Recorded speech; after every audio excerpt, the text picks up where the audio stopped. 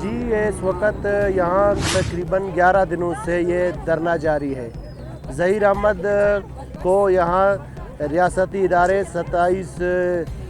جون 2024 کو یہاں سے گرفتار کر کے لاپتہ کر دیا گیا ہے، جس کی عدم بازیابی کے خلاف فیملی نے 2 جولائی سے یہاں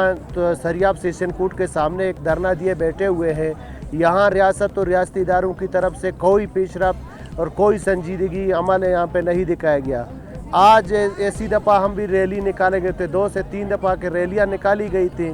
تو آج کا یہ بھی پیسفل واک تھا۔ یہاں سریاب سیشن کورٹ سے وہاں ریڈ زون پہ وہاں صرف احتجاج ریکارڈ کرنا تھا، لیکن جب پہلی بار ہم یہاں سے نکلے تو بلوچستان یونیورسٹی کے سامنے تھوڑے فاصلے پہ جاتے ہوئے تو وہاں کی پولیس نے بلا وجہ لاٹھی چارج کرتے ہوئے فائرنگ کیا، جس کے بعد پھر بھی ہم لوگ وہی طرح پیسفل پرامن طریقے سے واک کرتے ہوئے وہاں ریڈ زون پہنچے، تو وہاں پہ کنٹینر لگائے گئے تھے، تو ہم اسی چوک پہ پہنچے تھے، تو ہمارے ساتھ آنسو سے گیس کا شیلنگ باقاعدہ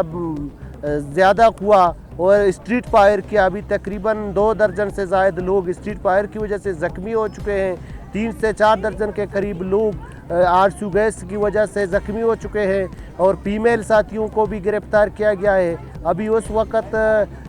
کوئٹہ انتظامیہ اور پولیس کے پاس ہماری بڑی تعداد میں خواتین کو گرفتار کیا گیا۔ ہماری سرپرست جو ڈاکٹر صبیہ بیبو بلوچ اور دیگر خواتین تھے، ان کو بھی وہاں سے پولیس نے کافی تشدد کرنے کے بعد گرفتار کیا گیا۔ ہماری آنکھوں کے سامنے کوئٹہ کی میل پولیس نے فیمیل حضرات پہ لاٹھی چارج کرتے ہوئے ان کو گھسیٹ کا ان کا کئی کے ہاتھ پاؤں ٹوٹے گئے، ہاتھ ٹوٹے گئے ہیں، کسی کے زخمی ہوئے ہیں، تو اسی صورت حال ہے۔ کے ساتھ پریس کلب کی طرف جا رہے تھے، یہاں پہ 1 گھنٹے شاید پولیس والے ہمیں مار رہے ہیں۔ جی یہاں میں تو یہ نہیں سمجھتا کہ یہاں بلوچستان میں ڈیموکریسک حکومت ہے، یہاں جمہوریت ہے، یہ تو باقاعدہ یہاں پہ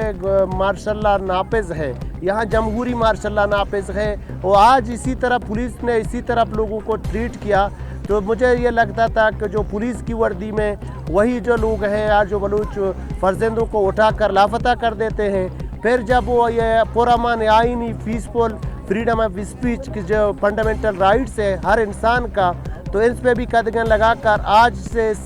آج نہیں بلکہ